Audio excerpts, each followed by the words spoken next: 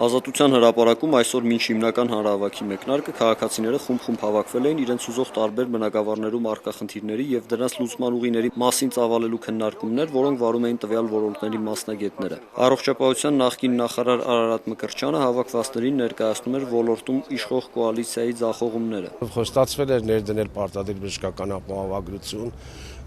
ներդրված չի մինչև օրս բյուջեի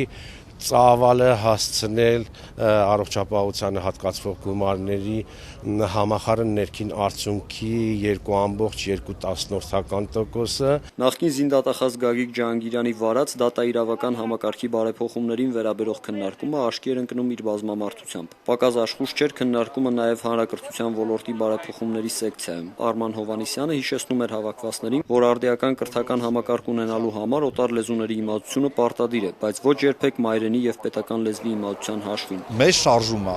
հակառուսական չէ, հակաֆրանսիական չէ, մեր շարժումը հայաստանյան հայկական շարժում է։ Հանել լեզուն դա նշանակում է մեզ բացել որոշակի տարերային երևույթների առջև, որոնք կործանարար կլինեն թե մեր հանրակրթության համար, թե մեր պետության համար։